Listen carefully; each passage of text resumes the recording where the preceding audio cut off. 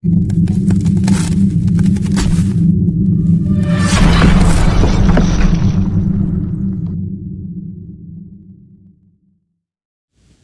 ini merupakan lanjutan kisah saat Garuda menaruh Gunung Mandara Cala di tengah lautan susu.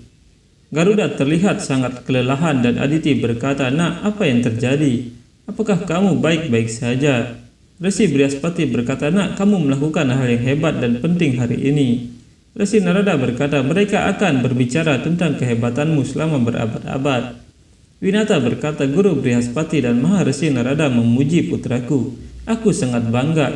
Ini semua karena berkah Prabu Sri Wisnu. Aku harus memberikan persembahan suci kepadanya." Winata kemudian pergi dari sana dan Kalia berkata, "Berhenti di sana."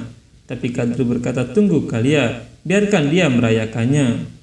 Rahu berkata, Ibuku mengira kamu akan menyarankan cara untuk menghentikan Garuda, tapi kamu dan ibunya sedang merayakan keberhasilan Garuda."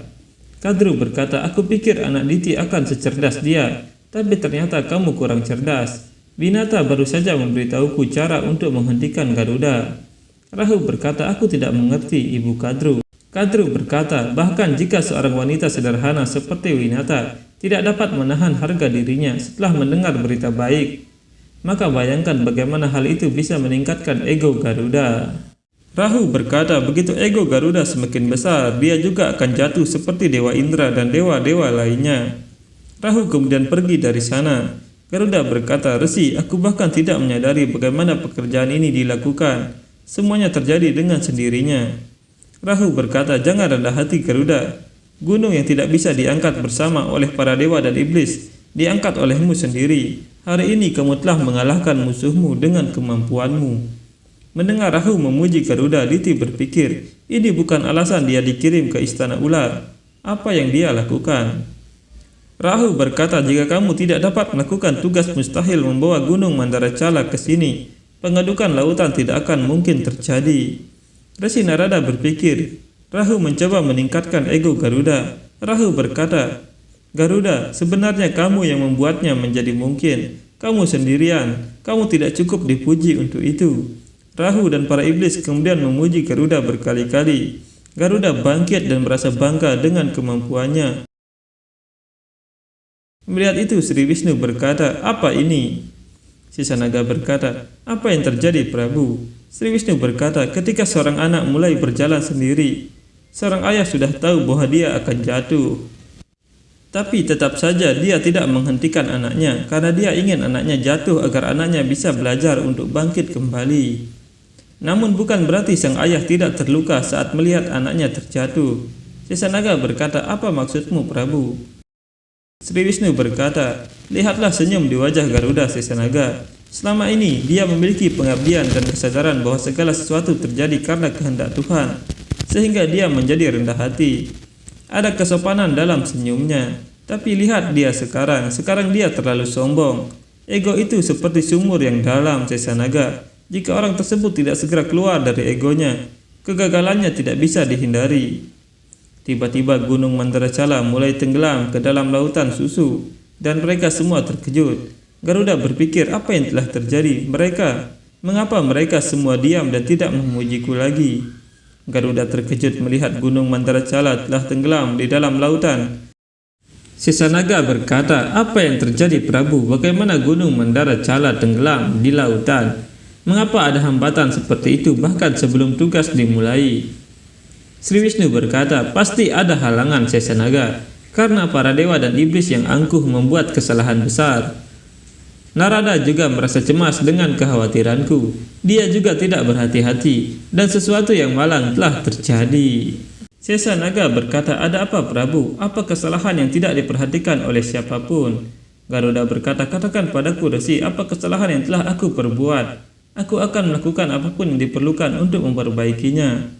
Resi Narada berkata, "Sebelum memulai sesuatu, kamu harus selalu berdoa kepada Prabu Ganesha Garuda. Jika memulai sesuatu tanpa berdoa kepadanya, pasti akan ada kendala." Sri Wisnu berkata, "Ganapati adalah dewa yang membuat segala sesuatu di alam semesta menjadi mungkin. Ada 7 cakra dalam tubuh manusia, dari pangkal, tulang, belakang hingga kepala. Yang pertama adalah cakra dasar. Sebelum dibuka, Baik Kundalini maupun cakra lainnya tidak dapat dibuka. Dewa Ganesha adalah penguasa cakra dasar. Dia mengendalikannya, karena itu sebelum melakukan tugas yang menguntungkan, kamu harus berdoa kepada Dewa Ganesha. Sampai Dewa Ganesha memberkati para dewa dan iblis, masalah ini tidak bisa diselesaikan. Vinata merasa bangga dan berkata, Saudari Aditi dan Saudari Diti sangat beruntung bahwa mereka melihat putraku melakukan tugas yang sulit dipercaya. Aku berharap aku juga bisa melihat pemandangan yang indah itu. Vinata membayangkan bahwa dia berada di sana dan Garuda berkata, Prabu, engkau telah memberkatiku dengan menganggapku memenuhi syarat untuk tugas ini dan memberiku kesempatan ini. Terima kasih Prabu. Ibu, tolong berkati aku. Saat Vinata akan menyentuh Garuda, Vinata terkejut kedatangannya masuk ke dalam air yang panas, sehingga masakannya tumpah. Garuda berpikir, jika ibu mengetahui bahwa kesalahan ini telah menghentikan tugas yang begitu penting, yaitu menyatukan Prabu Sri Wisnu dan Dewi Laksmi, dia akan merasa kecewa. Rahu berkata, Wayu, Agni, beraninya kamu berdebat dengan Jenderal Wajrang. Agni berkata, mengapa tidak? Dewa Wayu tidak mengatakan sesuatu yang salah. Apakah iblis tidak menyembah Dewa Ganesha? Wajrang berkata, kami melakukannya, tapi itu adalah tugas para dewa untuk mengundangnya dan berdoa kepadanya, bukan tugas kami. Raja Bali berkata, diam kalian semua, ini bukan waktunya untuk berdebat.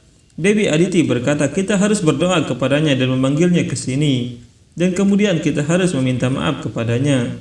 Resi Narada berkata, jadilah itu Dewi Aditi. Kalian semua harus bersiap-siap untuk puja. Garuda berpikir, doa ini pasti berhasil. Mereka kemudian memanggil Dewa Ganesha dan Dewa Ganesha muncul di sana. Mereka semua memberi sembah dan Sesanaga berkata, Dewa Ganesha telah tiba, tetapi apakah dia akan menerima doa para dewa dan iblis? Sri Wisnu berkata, hanya Sri Ganesha yang tahu tindakannya. Ganesha berkata, apakah kalian semua melupakanku? Kalian semua memikirkanku ketika masalah terjadi di depan kalian. Kalian semua telah melupakanku. Sebelum melakukan ritual besar Samudra Mantana, tidak ada dari kalian yang memikirkan prosedur sebelum pekerjaan yang menguntungkan ini dimulai. Mereka semua tertunduk dan Dewa Indra berkata, maafkan kami telah membuat kesalahan besar. Raja Iblis berkata, dalam kegembiraan memulai pekerjaan kami tidak sengaja melupakanmu Prabu. Ganesha berkata, kalian begitu asik dalam kegembiraan sehingga kalian melupakan diriku. Raja Bali berkata, maafkan kami Prabu, kasihanilah kami. Ganesha berkata, karena kalian telah melakukan kesalahan, kalian akan dihukum. Dewa Indra berkata, kami akan melakukan pemujaan kepadamu Prabu. Ganesha berkata, Raja Dewa, Raja para iblis, hatiku hanya menginginkan perasaan puas. Apakah aku merasa bahagia atau tidak? Itu akan tergantung pada pemujaan kalian. Ganesha kemudian pergi dari sana. Di istana ular, Taksaka berkata, luar biasa ibu. Kamu telah menemukan solusi yang sangat bagus. Di satu sisi ego Garuda akan membawanya menuju kejatuhannya. Kalia berkata, dan di sisi lain lelaki tua dan amarahnya akan memenuhi kehidupan Ibu Vinata dengan masalah. Luar biasa ibu, kami bangga dengan kebijaksanaanmu. Kadru berkata, terkadang aku kasihan dengan kebodohan kalian.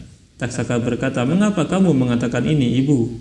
Kadru berkata, kesempatan seperti mengaduk lautan susu adalah kesempatan sekali seumur hidup. Rahu tidak memberitahuku secara detail, tapi meski memiliki kerajaan iblis, mereka siap bergandengan tangan dengan para dewa, maka itu hanya berarti satu hal. Sesuatu yang sangat penting pasti akan keluar dari lautan. Semuanya akan hadir di sana untuk mencapainya. Para dewa, iblis dan juga putra Vinata Garuda juga hadir di sana. Tahtu berkata, tapi ibu, saudara Sesanaga juga akan ada di sana. Kadru berkata, dia tidak membutuhkan apapun kecuali Prabu Narayan.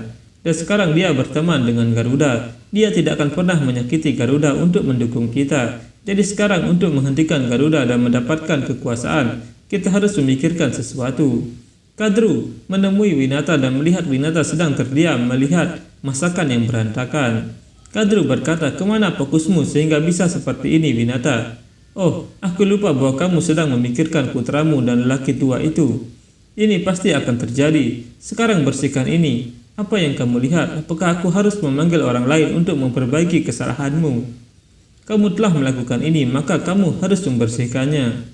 Vinata kemudian mulai membersihkan semuanya, tapi dia mendengar suara orang tua di gubuknya yang berkata, kamu ada di mana? Dengarkan aku. Winata akan pergi, tapi Kadru berkata, "Berhenti, kemana kamu pergi? Kamu tidak akan pergi sampai kamu membersihkan dapur."